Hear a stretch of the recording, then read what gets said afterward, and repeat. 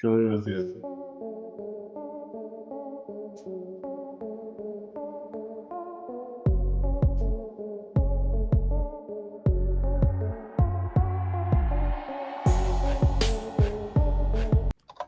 Welcome back to the warm-up, everybody. I'm your host, Ja.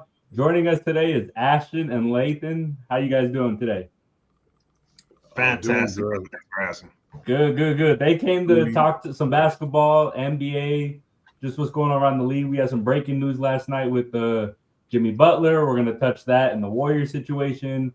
As you can see, Lathan's a big Bucks fan. We're going to talk Giannis and the Bucks. And then Kratos is also a Lakers fan as well as I am. So we'll touch Lakers as well. But before we get into it, please like, comment, subscribe on the video.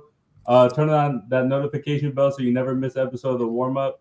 And yeah, let's get into it. So yeah, last night, around midnight my time, 1 o'clock in the morning, we have breaking news that Jimmy Butler officially tore his ACL in last night's game against the Miami Heat. Very unfortunate situation for a team, for the Warriors, that was surging up in the standings. They're starting to get some things right. And yeah, it's just a big blow for them all around. So what's your guys' thoughts on that? Go ahead, Kratos. It's just tough, and it kind of just puts an even bigger magnet on, I guess, the Kuminga situation, because now people were already looking at them like, what are they going to do? And now he's their most talented player that's not playing right now. I think even to this point, he's probably the third leading scorer. Right. And they're playing tonight. I'm not even sure if he's going to play. So, as a Jersey guy, I'm advocating for him. Yeah. I don't know, man. I think it's devastating because I think the Warriors were actually starting to pick up the pace a little bit and find a rhythm. They were like 12-3 in the last 15, and now they take this devastating blow. It's a bad look on the Warriors, and I don't know. I think it's a bad look for Steph Curry going into this playoffs, and now you don't have your Robin, if you will, and Kuminga's about to get traded. So like, who's he going to look for as his second best option? Because I don't see any devastating pieces on this roster. It looks pretty bad from going here. So yeah, I mean, it's such a, like you guys said, it's like just devastating blow all around. They finally hit their stride a little bit. Melton had started playing really good. But yeah, you're right. Like the Robin to Steph, or Robin in this situation, and Jimmy has just been absolutely amazing for them since he got there. I think they have like a 50-game win pace since he's been there.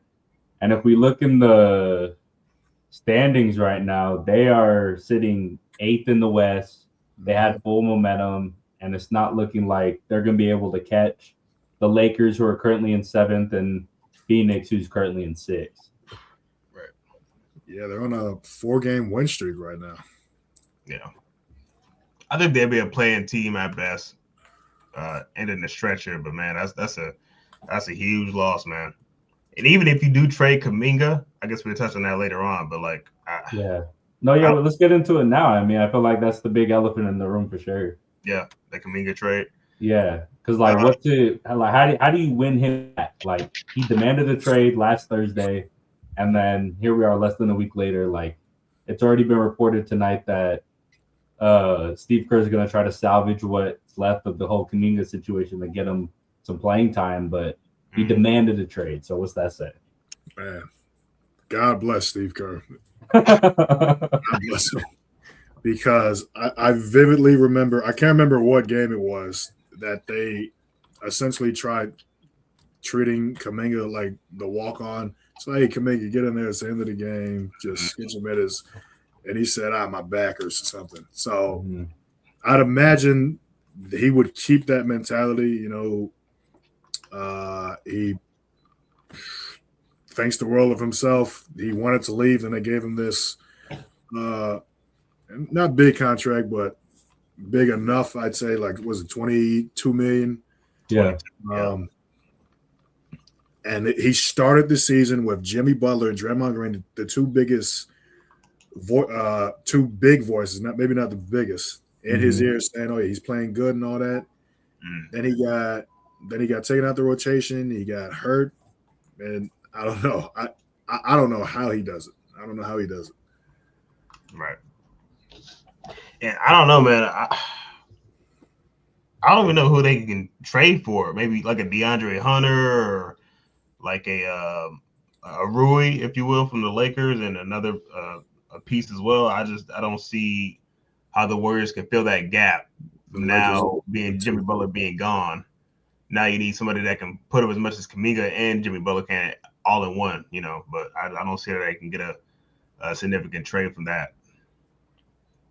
Yeah, I mean, so before the whole Butler injury is reported that they were in like talks with, like they're interested in Trey Murphy III, Michael Porter Jr., and now it's kind of like the reasoning behind those like targets is because they're going to use Kuminga, who wasn't viewed as a negative asset at the time. Now people are saying, if you want me to take on Kuminga, you have to attach it first. Let alone you want me to trade for a guy that, I mean, it was rumored that they could potentially still trade Jimmy Butler this season.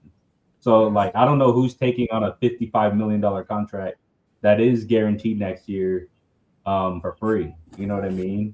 Right. So, yeah. It was Shams reported today that the Kings, like, he kind of hinted DeMar DeRozan for Kuminga swap. I just don't know how DeMar fits in the Warriors system. I don't know if that makes a lot of sense. What's your guys' thoughts? I think it'll be a nice piece. I think at this point you got to take what you can get. Jimmy Butler is gone. You need some type of second option going forward.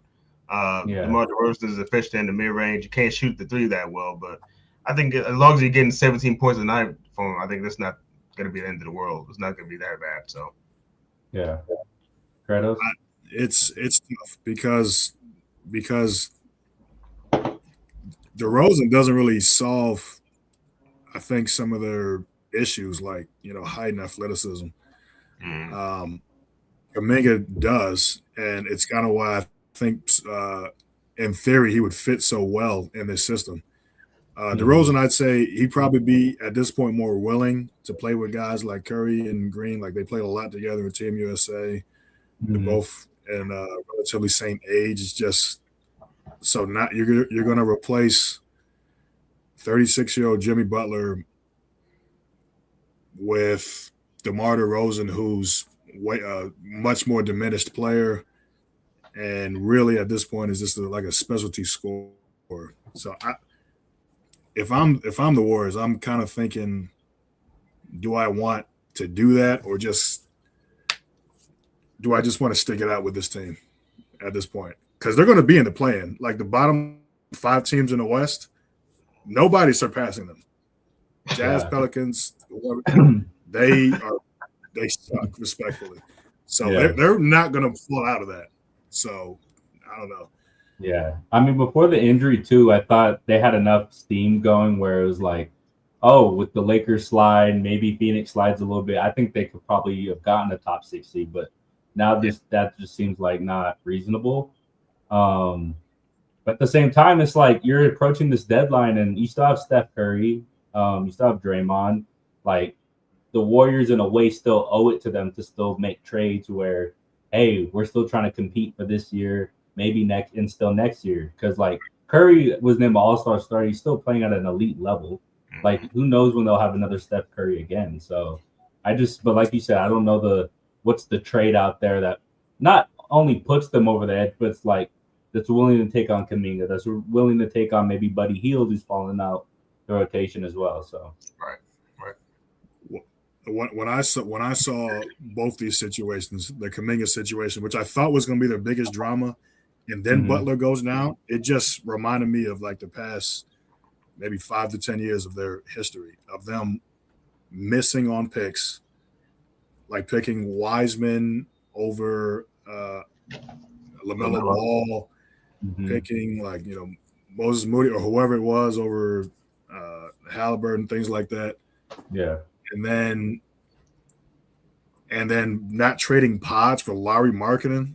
It's just a lot of things that like, wow, just one of these that they pull the trigger on or make correct, they'd be in a much better position. Right. If I'm Steve Kerr, honestly, he was already playing an 11-man rotation. Now he gets to do his dream of playing all 14 guys on the bench, which he does love doing. But I kind of think the Warriors, like, if there's the biggest fish is Giannis, do they just try to stick it out and maybe wait for that domino to fall? I don't know. Right. Yeah. That's going to be I don't even know how they can make it work with this roster. Like, who want these pieces that they have? Draymond Green, he's stuck. I'm not trading for Draymond Green. Kuminga, yeah, maybe so, but these other pieces, man, like, who's taking this? Especially with big contracts. I don't know. So, and then Jimmy Butler, like, who's taking on $102 million next year? Come on, that's not happening. So I don't know. The Brett Siegel report of him, like hours later, saying the Warriors are going to open the trade him, was insane. Yeah, body's not even cold. Yeah.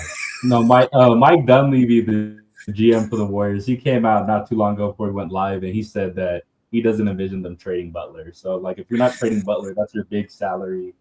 I just don't know where they could go to move forward. But to your point, to both your guys' point, the right option might just be internally with Kuminga. Like, this might be actually Kuminga's chance, but it's like, how do you – I don't know. If I was Kuminga, I'm low-key kind of like F y'all at this point, because it's like, you guys don't want to play me ever, and then as soon as somebody gets hurt, I'm all of a sudden important. I do think it's time to have a change of scenery. He's still super young. He's 23 years old. He needs to figure out who he is as an NBA player. We know he's this great athlete, but he doesn't even know what he can do yet. So I just don't think I don't think it's in the Warriors system. But I don't hate it either, because I just love watching Steph Curry playing big games. Like, it just sucks. That was the biggest downfall to this injury. Facts. Yeah. Steph Curry is still amazing to watch. I will say, if I am Kuminga, or at least if I'm in his corner, or maybe even his agent, I just think that he doesn't have the cachet to be holding out like this. Like he's James, like it didn't even work for Ben Simmons, and you're not Ben Simmons. The only players that get traded though. Yeah, because Ben Simmons was an all-star and he's won and all that. Kuminga,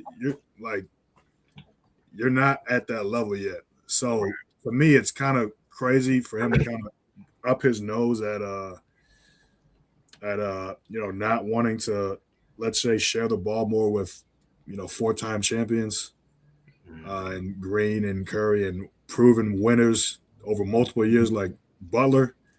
So if I'm him, I'm at least, if Butler is this big brother of mine, I'm at least going to do what Butler did when he left the Timberwolves.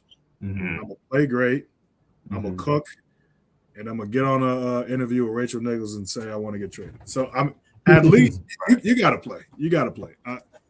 You have to play. You got, 3 weeks or 2 weeks until the trade deadline expires? Yeah, about 2 weeks. You got to play, or else you will be stuck there for another 6 months. Agreed. Yeah. So we're just wishing, Jimmy Butler speedy recovery. Sucks for the Warriors.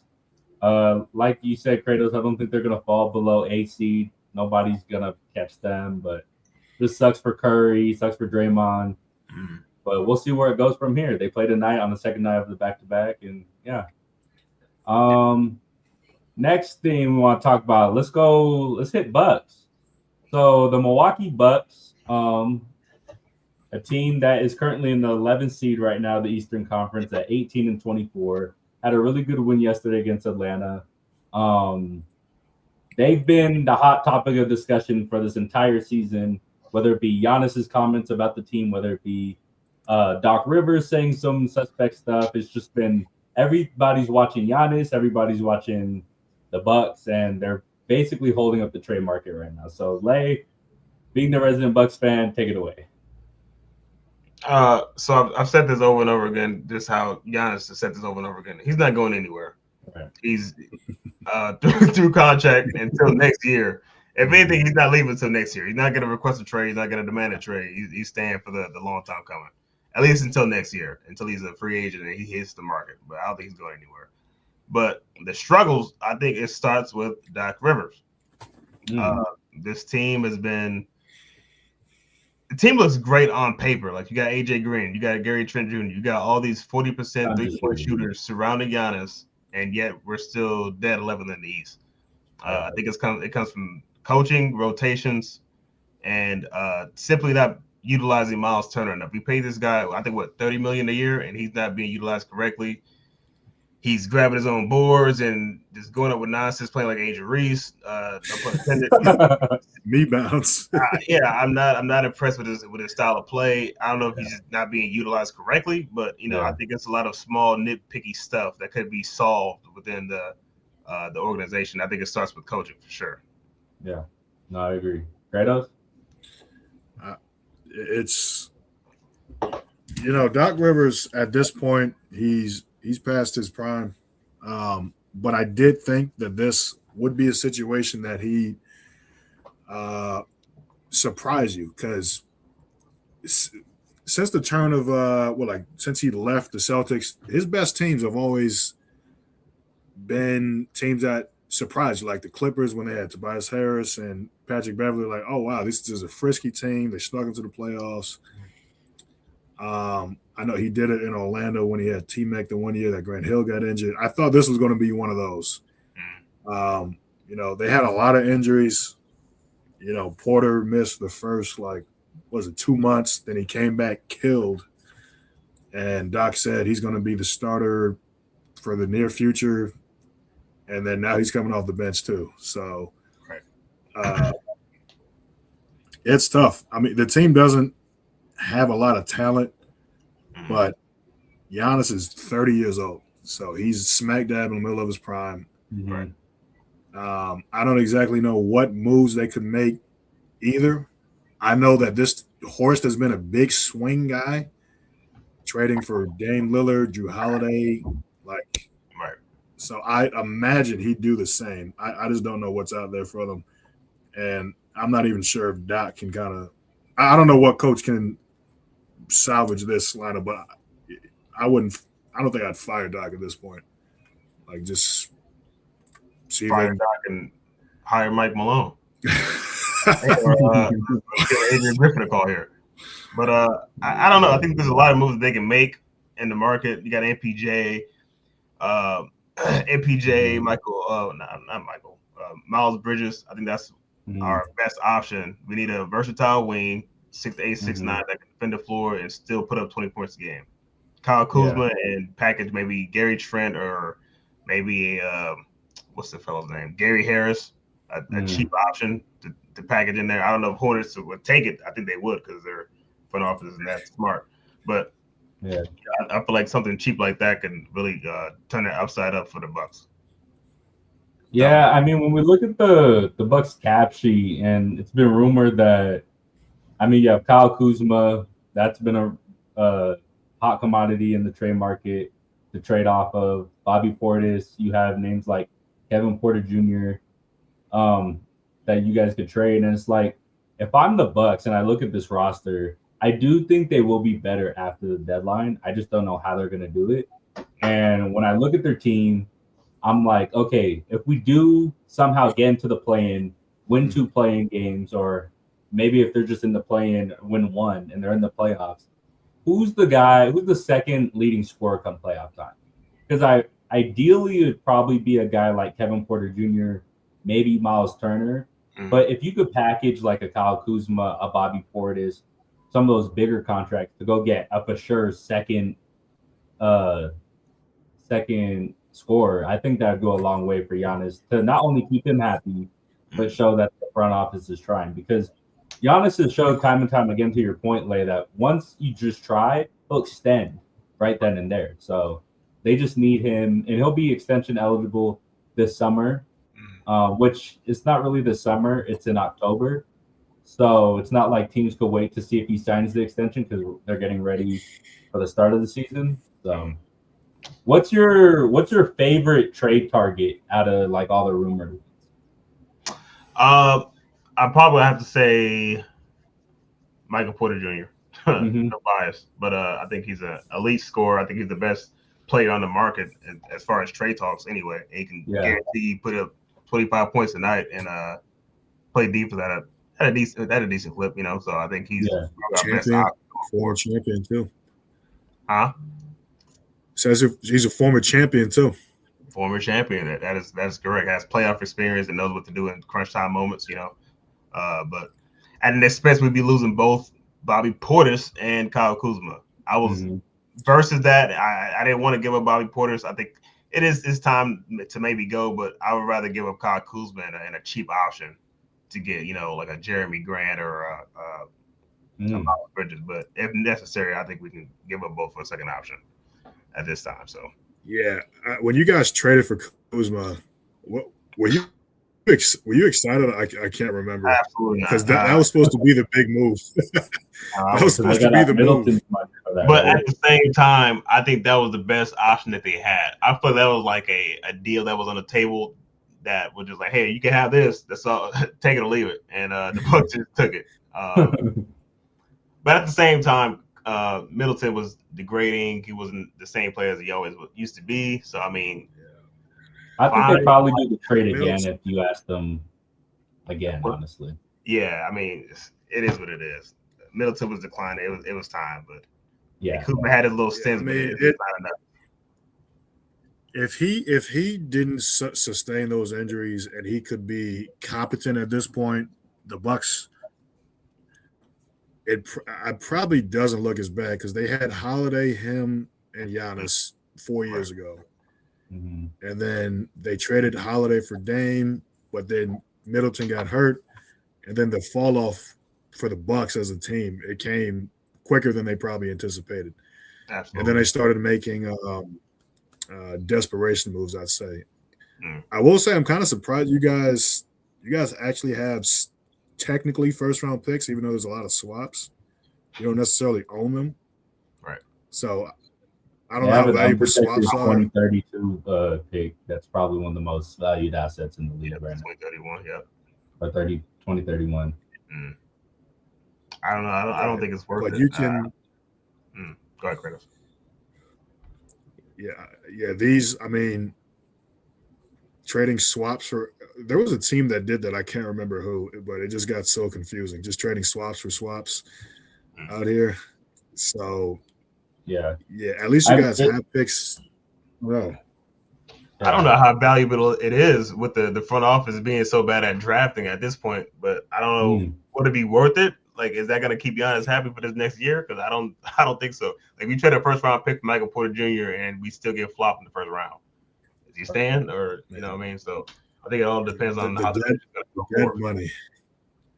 Yeah, the dead money just makes it so tough, man. So it's gonna be even worse. Then we got Lillard's contract next year for another $25 million. So we're I think the tricky thing too is like you said. I think that's the main concern here. If you trade that 2031 pick, it's not a guarantee that Giannis will be here in 2031.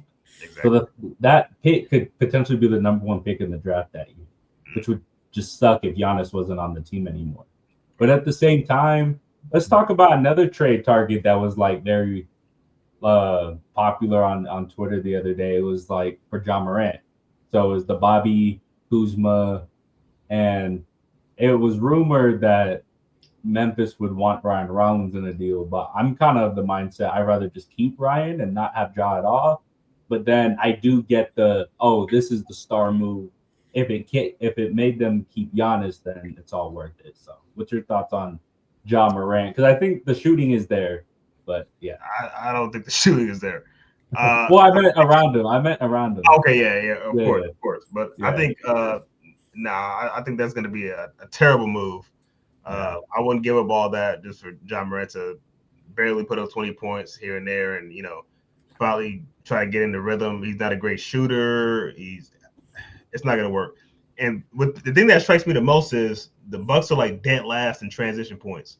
And even if I think that, which is crazy for a Giannis team. Exactly. Crazy. Even if John Morant was on this team, I still don't see them pushing the pace as much. And then again, it's a coaching thing. So we still have to look at Doc Rivers. Is that going to even change if we get John Morant? I don't see a big increase in transition and fast break points. Like I said, he's a bad shooter. I don't see it being a great fit whatsoever. And I'm not giving that Ryan Rollins. That's roughly putting up the same averages as John Morant right now. at a younger clip. I'm not giving up Ryan Reynolds. Yeah, and much cheaper and way much lower maintenance too. Right, absolutely not. I'll take Ryan Reynolds right now in 2026 over John Morant. Yeah, 100%. No bias. So, yeah. Kratos, you got anything on that? No, I agree. I mean, Giannis has a strong personality. I'd imagine he would get frustrated with John Morant. Like, if the Bucks were to make that trade, it would take like the most perfect conditions. It's like if you're driving, you got to hit every green light, which is almost impossible. So, like, Doc is his brain is supposed to be a player coach. I'm not sure if he could do that as a 60-year-old man to a 26-year-old child with his problems. Oh yeah. Giannis has frequent, I don't know, let's just say colorful post conferences where he's like, we all got to be better. You know, I got to play better. Horse has to do better. The water boy has to get me water better. I don't know how Ja would like that. So I agree. I think the best talent is either Bridges and MPJ would do work with Turner and Giannis 1,000%. Yeah. If they can it would be crazy. Right. Yeah. Both of those guys would make this team super fun, and I'd say a frisky contender. Probably not a contender with the way the Pistons are playing. Right. And I guess it's really just the Pistons at this point in the East. That's it. So, do you think? I think we can all agree here that Giannis is for sure going to be on the Bucks past the deadline. So I think once like that finally gets through like other teams, I think we'll see other moves start happening, because I really think people are like scared to, we made this trade, and then next week Giannis becomes available. It's like, well, I just traded all this stuff that I could have used to try to get Giannis. So I hope Giannis is still on the Bucks just for like the balance of power thing, but I do want to see the Bucks just be better. They started off the year pretty good, a lot better than I thought they would, and then Giannis had that unfortunate calf injury, and then came back sooner than expected, and they've been 500 since. So, can you imagine if Giannis gets traded to the West? Holy shit, bro! Well, the Pistons and Knicks and Celtics would be the happiest teams ever. Oh my god! I don't think that's a good choice for him, but yeah, gotta be with him. I hope he does. I don't see him leaving anytime soon, but if he does, gotta be with him. Yeah. All right. Moving on. We're going to talk about our team, Kratos, the Los Angeles Lakers, a team that I've been pretty pessimistic about all season. I've been complete asshole about them every time they play. I think they're going to lose every single game, to be quite honest with you. And I just think that their record they're not as good as their record. So at the end of the day, it is what it is. But I kind of gave my thoughts last pod on the Lakers and their whole situation. But give me your thoughts on Lakers right now, and then as the whole season. All right. Well, seeing as you probably took a very negative outlook on them, I'm going to take a very. I wasn't that negative last night. Trust really? Me. Yeah, I wasn't that negative, but I was pretty negative. Strictly from the lens of their record, I'll take the positive look, as in saying that for them to be, I'm not even going to say what they're seeded. They're the 7th seed, and they could maybe if they, what are they, 2 games out from the 4th, so they're in the mix. Yeah. But for them to be 25-16, they missed LeBron for the first 6 weeks, and they've missed Luka for maybe 2 or 3 weeks out of the season, and now they've missed AR for almost a month now. It's going to be 6 weeks from Christmas, and then I think he missed a couple games before that. For them to be 25-16, missing all those guys with this record, with this roster that I don't think I've ever heard anybody in the media compliment.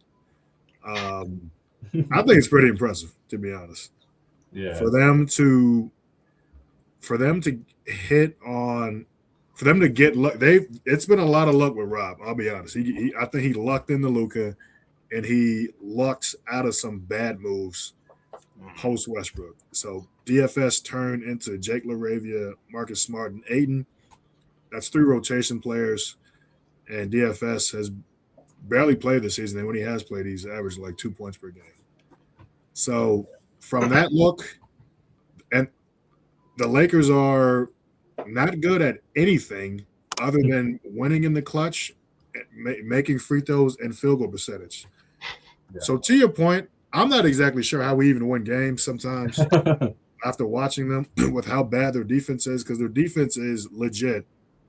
Like, it's deservedly 27th in defense. I must say legit. Yeah. Yeah, it's – I don't see any room for improvement. I'm not exactly sure how much JJ can read. The only thing I'll say of why maybe the Lakers can improve from this position and maybe be top 4 and maybe luck into a good matchup, we'll see. And maybe have a better performance in JJ's second year, is that his offense is way too stagnant and it relies too heavily on their main 3 guys. So if I had to set goals for the next 41 games, now that we're halfway through, I'd say it is get the defense to like maybe not the bottom 5, but bottom 10. That should be achievable. You can challenge guys that are on that are playing for contracts next season, like Rui and Ayton and all these other, like Vandy, Max, all these guys, challenge them, and then use more plays like all this stuff you talk about on Mind the Game Pod. Use all this stuff. Stop doing this 2010 pick and roll stuff with not enough movement. Right. It is not working, and when Luka's out, it just looks bad. So improve your offensive execution. And then, it is what it is. And then it's down to Rob to make moves, which, we'll see what happens. I don't know about Rob, man. I don't know about him. But yeah. What Ford put in the chat, he when they got Luka, they made a move and they took it back from Mark Williams and said, we're going to be aggressive this summer when we got $50 million and all these picks. Then they said, we're going to be more aggressive this trade season, this trade deadline, when the pick contracts are more valuable. While we're here, I don't think they're going to make a move. Now it's the summertime. All this money's coming off the cap, but then you got to pay guys like I don't know. I don't know, man. Yeah, I don't know. LA? What's your thoughts on the Lakers? Yeah, I know Kratos was talking about how the offense is a struggle for the Lakers. Honestly, I think it's the defense. And I think it can be fixed. I know that you guys are 27th in defensive efficiency, but I think it comes to effort. Luka Doncic is getting back on defense. AR putting up a little bit more effort on defense. LeBron's I get he's 41, but we need some more effort out of you, man. And especially, I think the game I watched that pissed me off the most out watching the Lakers was against the Jazz. And I think that's the game Luka had like a 40-point triple-double or whatever. But it's at the same time, like, why are you guys in a dogfight with the Jazz? Yeah. I think the Jazz put up like 100. And Luka's put up those numbers.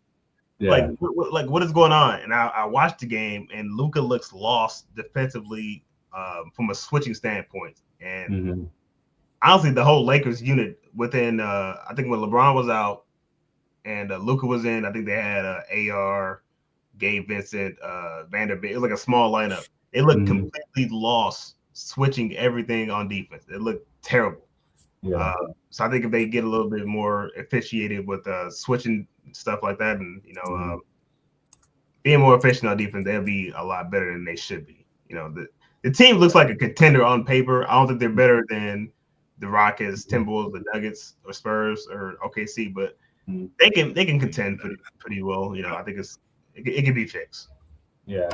I mean, for me, I wasn't saying that the defense. Sorry, I wasn't saying the defense wasn't a struggle. I'm just saying it's easier to fix the offense than the defense. Of course. Yeah. Because, And let me add something else too before you go ahead. The help defense didn't look that good either. I seen when it's like a 5-out setting, and Luka gets, I mean, not Luka, or let's say AR gets blow pass, and Luka has to be your help defender. He goes up, and then he's like, "Oh, I don't want to touch you," because he doesn't want to foul. That is terrible. That is terrible in a defensive setting. And also to add, I think Ayton should get more touches. I seen a stat the other day. I think it was like Ayton is like the Lakers are like 14-0 if he has at least 14 points or something like that. How come he doesn't get more involved in the offense? Is it JJ or LeBron? He doesn't play with enough force. Yeah, he doesn't play with enough. I'm not gonna put it all on Ayton, but the Lakers can't even get to the rim.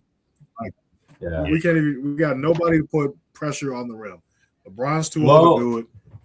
I mean, for the Lakers, man, I just feel like they're at a point right now where, like, I don't think they're contenders. I don't think they're close. I think this is the most obvious first-round exit team in the league right now. I don't think, like you said, like the easiest thing that fixes their offense, but their defense, it would take like 3 elite defenders to join the team for them to even get to at least a middle-of-the-pack defense. Back to Ayton, though, I'm happy you brought him up because I talked about it a little bit last night, but I'm going to elaborate here. I love Ayton. I thought there's times this season he could be the long-term fit for the Lakers. I don't think that's it no more. He's not a rim protector, and I'm at the point where I'm kind of looking at this deadline. I know they need 3-and-D wings, but if you can get that shot blocking, rim protecting lob threat instead of this short roll center and Ayton, I think that would go a long way to fixing their defense when you have a defensive presence at the rim. And I don't know, like Ayton's good only when he gets touches, I think, and he's not the perfect lob threat for Luka either. So I just think this team, I mean, going into in the summer, like they need a starting level 3, a starting level 4, and a starting level 5. Like they're a couple deadlines I think away from actually competing. Let me just say this. One, if I could criticize JJ, it's that one, stop asking for better talent. You're not gonna get it. You need to stop asking publicly for saying sound bad. Yeah, it's terrible. Yeah. I'm like, what are you're a second-year coach. Do your job. Yeah. All right. 2, if you got all this cachet with the league, like you played with or you podcasted with all these guys, have the tough conversation. And I know you see this, JJ, because I watched your pod. You're all in the analytics. Out of the 5 or 6 lineups that have played more than 100 possessions, only 2 of them are positive. And those 2 lineups are +8 and +14.7, respectively. And very obviously, if I'm looking at this data and if I see it on the court, I'll know that my best lineups only include 2 out of my best 3 players. One of the lineups, which was before LeBron came back, and when I was very optimistic about the Lakers, and probably you were too, John, it was the starting lineup of Luka, AR, Marcus Smart, Rui, and Ayton. This is when Rui couldn't miss. Ayton was a double-double machine. AR was like looking like he was averaging 30 points, and Luka was still skinny. The other lineup, that lineup was 14.7. The other lineup is Luka, Marcus Smart, Jake LaRivia, James, and Ayton again. So this is, you got 2 stars and role players. So it's easy to say that one, it's going to come out. The Lakers will be better once they get rid of LeBron, we'll say. Not get rid of, but they move on from him. But an easy decision right now was to bring Rui off the bench and start one of those guys that I just named. Yeah, Rui can't be the starting 3. Not with LeBron and AR and Luka. Because I think his natural position is a 4, though. I'm sorry? I think his natural position, like on a kind of serious team, would be the 4. It's not the 3. Absolutely. It's not absolutely. I mean, I don't know how this guy's 26 and he can only play one position. He can't play the 3 or the 5. And he's a free agent going into this coming summer. Like, he has a lot riding into this season. Yeah. I think it's a trade target for Kuminga. Ding, ding, ding, ding, ding. Yeah. Dalton connect and get you Kuminga, but that's if the Lakers want to take that. I mean the Warriors, but I think the Ruiz would take the Warriors would take Rui in a heartbeat. I think. Yeah, I think he would be a natural fit for them. I just don't know if you're the Lakers. It's one of those moves like you're losing your best shooter, but you're bringing in a fuck ton of athleticism. You know what I mean? So if I'm the Lakers and I don't have to give up any picks, I'm making the move. Give up Rui. I give up Rui for Kuminga, even though it detonates my you already can't shoot. Can't shoot. So you might as well try to get more athletic. You need somebody to put pressure on the rim, and you need somebody that's athletic, and you need somebody that can run on the fast break. You got 0 guys right now. Absolutely. Yeah. So, I mean, I don't know. I mean, just looking at this advanced data, like some of these lineups are like made for Luka. Like I see a lineup. It's only 60 possessions, but the lineups where you got Luka, a shooter, a defender, and a center that can pick and roll, it's amazing data. So, and that's going back to the Mavericks. This time with the Mavs, like the formula of how to win with Luka is there, but it's proven. He didn't do nothing to address it. Yeah, he signed old Marcus Smart, who's not the defender he once was. He signed DeAndre Ayton, who is not the ideal big. Which bang for your buck, I'm still happy you do it. You do it 9 or 10 times out of 10, but still not the big. And then Austin, like as much as I love Austin, like Kyrie's a way better defender than Austin, so that's why that worked. So, yeah. But all that being said, I do think, unfortunately, the Lakers, if they had Luka plus one of the two, they'd probably look like a better team from the standpoint of it looking better on the court. And then my hope is that LeBron isn't a Laker next year. And if he is, it's on a much cheaper contract. Minimum. $10 million, not even. Yeah. $10 million. I mean, and it's tough to say because if I'm LeBron, and I know Rich Paul is saying this based on his recent comments. Rich Paul, when he goes to the Rob Pelinka meeting, if he wants to resign the Lakers, LeBron is like the biggest name in sports. He deserves this much. He's averaging 27 and 6. Right. All this, he deserves more than $10 million or the minimum, blah, blah, blah. And if that's what if Rob, if you're hearing that, you just got to turn him down and keep that money open for something else. Because John, you said in a text a couple weeks ago that there hasn't been too many crazy big free agent signings unless you're the Lakers. The Lakers and I think the Heat or maybe the Knicks, they've been the only teams that have actually had success in signing people. And at the very least, if you can't sign anybody, you keep that door open to receive a contract, to trade somebody in. So my whole thing with that, though, is that if you're going to trade for somebody, you have to have matching salary. So if we don't have the matching salary, how do you acquire that player? Isn't that only if you're in the first apron? Like if you're out of but I'm saying we're not going to have 5 picks. It's only 3. So you have to fill out 3 to 4 players with $55 million, which in today's age, that's not that much. It's maybe 3 players. Which make or break your season for sure. It's a lot, but I don't know. Let's talk about it. Let's talk about some of the trades that they've been rumored with, the Herb Jones, Trey Murphy.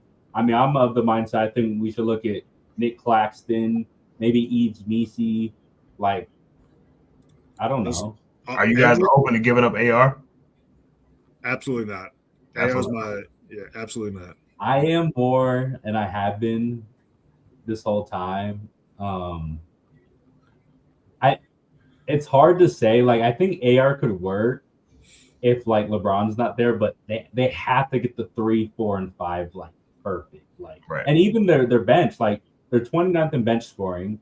It's it can't be Luka, AR, and Bron every night scoring the basketball. Right. So. I agree.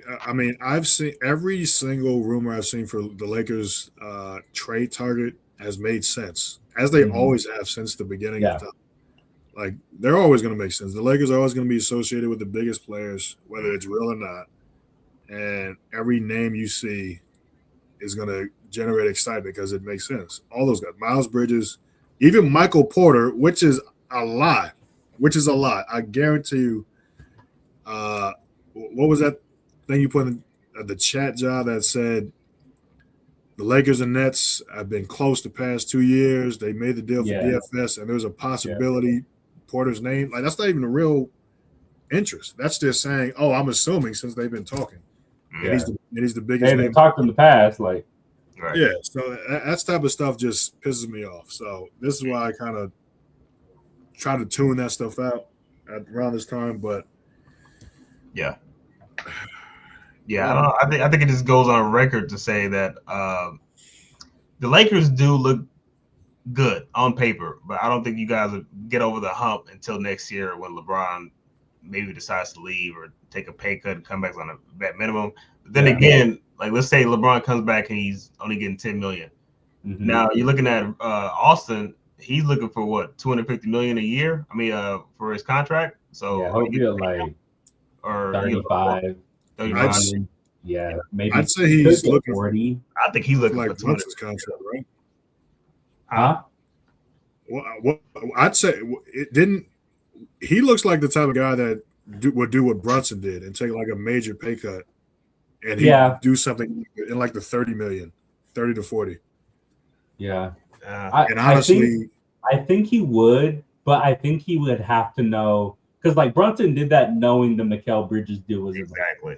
You know what I mean? Like I think he'll do it if Rob, because that's what I'm saying. Like back to Rob, I think this is a big year for Rob. Like we have Mark Walter now is the owner. Like Mark Walter isn't linked or have any lineage to Rob Pelinka. Like that's Genie's person. So if Pelinka doesn't do good, what's stopping Mark from saying, "Hey, get out of here"? Like I have Luka Doncic on my team. Like we gotta scram. Yeah. I can't wait. I can't wait for Mark Walter and his hundreds of millions of dollars to run through and bring the Lakers to 2026. Yeah, like they got a new locker room, but the Lakers still operate like I don't know. I don't even think they have like a fully fledged scouting department, even though I think the scouting department is pretty good. They fired all the Bus brothers, which was the highlight of our organization. Yeah, like this is one of the biggest names in sports branding, and they have like these 3 or 4 people departments. So he's gonna make them more of a corporation as opposed to a mom and pop shop, and I assume get a little more serious and hopefully stop leaks and things like that that have kind of happened under at least the Pelinka regime. Like, yeah. Okay, so to wrap it up, going into this deadline, we're 2 weeks away. We're 7th in the West. Are you giving up real stuff to maybe have like more of a pre-agency move for going into the summer so you don't have to do all your shopping in the summer? Or are you kind of like, hey, if they want a second for maybe a Keon Ellis or something, we'll do it. But if not, we're just going to stand pat. How would you like? What's your thought process going into the deadline? Let's start with Leia though. Sorry. I will stand pat.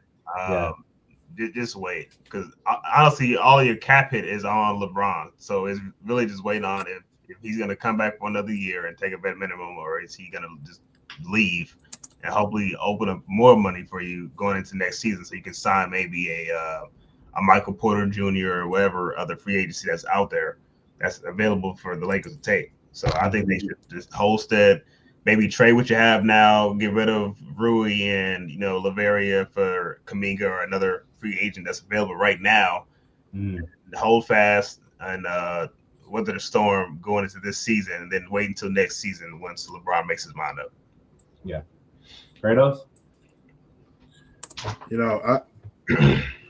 I was gonna say I'd aggressively trade everything but my first round pick. Unless it's like Trey or Herb Jones. But Lay's such a good debater, I think I'm agreeing with him now. Because I'm not even sure JJ would play him. I'm not even sure JJ would play these guys. Like, he can be so stubborn with his lineups. Like, so if I'm right, why would I trade a second for Keon Ellis for him to play Gabe Vincent, all this stuff, and then you got all these young guys that show talent. on your two ways like Nick Smith and Kobe Buffkin. He's not even going to play them. So I don't know. I think JJ and him need to get on the same page before they make these trades. I don't know how they're going to do it. Yeah. Hopefully they did it before they left for Denver tonight. Right. Maybe they can do it when they come back to play the Clippers. But if I'm Rob, I'm already cautious as a GM based on his history. And then I gotta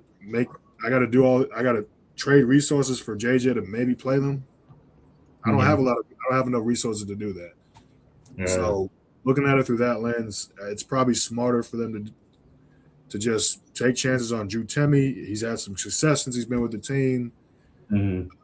He's a proven guy. He's a winner from college. He knows how to play. JJ seems to trust him. And maybe play Kobe Buffkin finally, like the only guy that can play defense on the team. So just pick them up. I think if I had to have one thing I would like to happen, like I wouldn't mind a Kuminga deal because that's a big, like you can get a guy that athletic and who knows what his potential is without including a pick. That I like that, and then I am of the mindset. I think if they could get, and I think that's probably my favorite trade target right now because I think the way he's been playing in Brooklyn, where he is the switchy five, and he could play drop coverage, he could play switch, he could play all these defensive coverages. That would go a long way, and also being a lob threat, and he's also a good facilitator. So to play off Austin and Luka, you could change up a lot of things. So I think Claxton's probably my favorite target heading into this deadline, but I mean, it was also rumored that Kevin O'Connor, that Herb Jones in his camp wants the Lakers, which makes no sense because, which makes kind of sense because he's only played one game in the past 20 games, and that was both the Lakers. So, I don't know what they go from there, but Herb Jones, I think, would help a lot. I don't think he's worth like the 2 first, like we discussed in the past. Injury, bro. But I don't know. But like even today, I think he's worth a first. I think if you get like a Jordan Hawkins or somebody else, it'd make the first a lot more worth it. Like try to turn 2 players, 2 rotational pieces with the 1 first is what I'm saying. Yeah, that would be ideal. How would the Lakers get Claxton? Because I don't even know what that did. Would that be Gabe and like Maxey? They could do Gabe and Maxey. They could do. That would be great. I mean, I wouldn't do that if I was the Nets. I would probably do. I mean, Gabe and Vando works too with money. He's only making $23 million a year, which I think is pretty good for a guy that, like, for our need would be a lot. So, I don't know. I don't know what they're gonna do. Yeah, I think the Lakers' biggest needs is interior presence. So I think Nick Claxton would be a good asset for the Lakers for sure. You know. Another guy that I talked about today with the Laker chat is that if you were to do that unprotected pick for Herb Jones, try to get maybe a Yves Missi. I watched a lot of tape on him today. He's absolutely he's like DeAndre Jordan athleticism with like a Mark Williams height. Like he's super athletic. He protects the rim. But the only question is like, is he that guy? Like, is he your starting center for the next 5 years? I don't know. Right. And that's a lot of faith. Right. A lot of whatever. He'd be a great target. He'd be a great target because he wouldn't cause problems in the media like Aiden asking for the ball. Right. and he's pretty much a guaranteed 10-10 guy when he gets minutes. I had him on fantasy last year, his rookie year. It was great. But I do like Claxton. I do like Claxton a lot. He's got a descending contract too. Mm-hmm. So by the time it's like 2028, it'll be $20 million. Fantastic. This guy's like had multiple. I don't know where his playmaking came out of, but shout out to the Nets for that. And if I'm the Nets, not that they're worthy of being talked about, I don't even know what their plan is. Before they used all 5 picks in the draft, I thought I did know. I thought they want to consolidate them into like 2 quality ones and make a run on Giannis this past summer. Mm-hmm. Then they used all 5, and then they re-signed Cam. I have no idea what they're doing. I have no idea what they're doing. That's another guy I would love the Lakers to pick up. Honestly, just as a bench scorer, like you're 29th in bench scoring. I mean, he wouldn't hurt you. You know what I mean? I'd view him as a guy like he'll be talented as long as he's getting the. He's talented for sure, but he'll be happy as long as he's getting the ball. There was a clip that my good friend sent me of Cam Thomas. He got benched down the stretch, and the Nets won, and he threw a fit. Oh, I did see that. I'm like, are you serious? Yeah. Like, I don't want that on my team, bro. Yeah, no, I don't need that being talked about on first take. And yeah, it's bad energy. You don't want that in the locker room stirring up. Exactly. Absolutely not. Well, to wrap up the Lakers, I hope they make a move at the deadline. I'm pretty pessimistic on where they'll be. They're on the Grammys road trip right now. They're on the road for 17 days. They probably win about 3 of those games. They definitely lose in the night against Denver, which sucks. But oh man, yeah. Moving, last topic I just wanted to touch on real quick. It got reported like late last night that potentially the Knicks could be moving on from Cat, and it's not even that. I think they will move on from Cat. I think it's more the fact that I don't think they'll move. Like Cat's like an off-season move. Like you can't do that in the middle of the season because I don't think his contract is too big. But right. What is wrong with the Knicks right now? Like what is going on? They're still third in the East, which is crazy. But they're 25-18. They've lost. They're in their last 10 games. They're 2-8. They're just absolutely horrendous. Like, what is wrong with New York? How do they fix it? What's going on? I don't know. I think it starts with Cat, like you said. Yeah.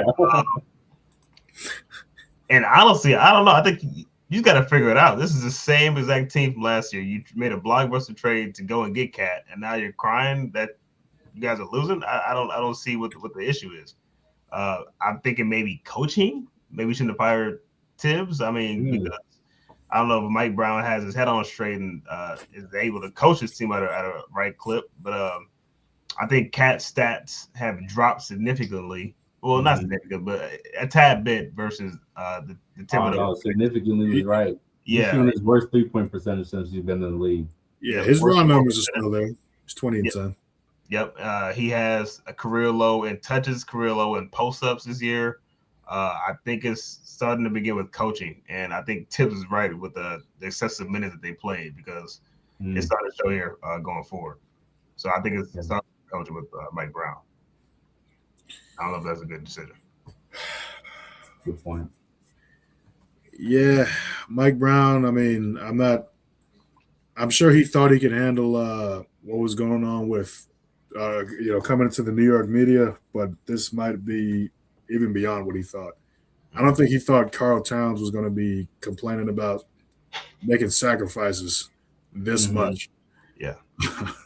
And, the Knicks, it just seems like they still have depth problems.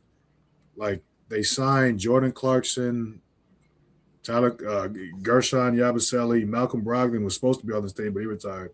And then Tyler Kolek had a good run, and now he's not playing either.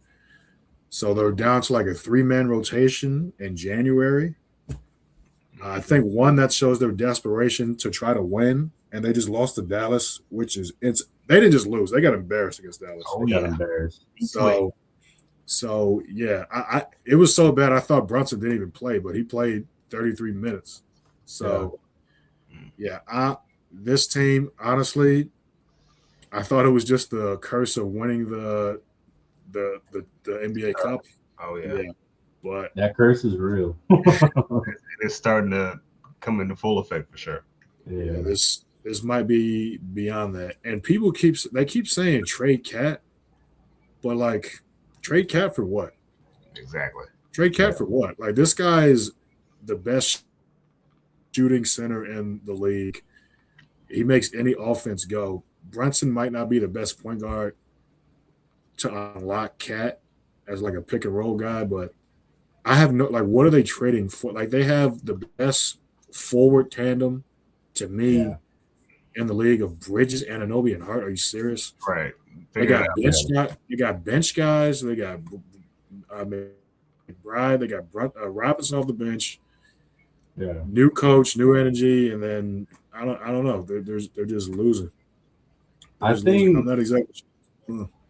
I think for like two things, I think the coaching, to your point, Lay, like this is Mike Brown, who's from Steve Kerr's system, who we just talked about, loves to play 11 to 14 guys every night, and it's not working right now. And Cat's not getting enough touches, and he's also not being Cat at a max deal.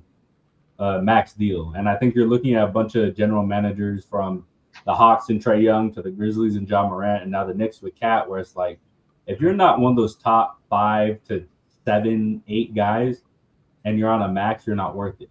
And I honestly don't hate that they're trying to get off Cat, because he is owed $57 million next year and then $61 million the year after that. I do think if you do trade him, it would be for more depth pieces. I know Orlando was brought up, and it was like a Jalen Suggs and a Batazze deal, which is kind of intriguing because you have Mitchell Robinson, who could get a lot of money in free agency. But yeah, I mean, when you have Cat, who has all these defensive lapses, which has been his entire career, Jalen Brunson, who's not the best, defender in the world. I mean, maybe that's just too much to overcome. Like, they don't have enough. Well, they have more than enough defense to overcome it, I think. But maybe the defensive lapses and the IQ just isn't there. They got to figure it out. Didn't they just go to Game 7 Eastern Conference Finals last year? Am I wrong? Game 6? Game 6, yeah. But they upset at the Celtics, and yeah. Exactly. Figure it out, man. You guys were 2 games away from the finals. Figure it out. It's the same roster. Make it happen. Mike Brown, lock in, and maybe give Cat some more minutes and bend to his knees, because you guys are 2 games away from the finals. Figure it out. Right. And they had an only players meeting today where, like, when that happens, it's they know, they hear the noise, and it's like, how can we come together? And it's not about the coaching, and sorry, Curtis, go ahead. Figure it out.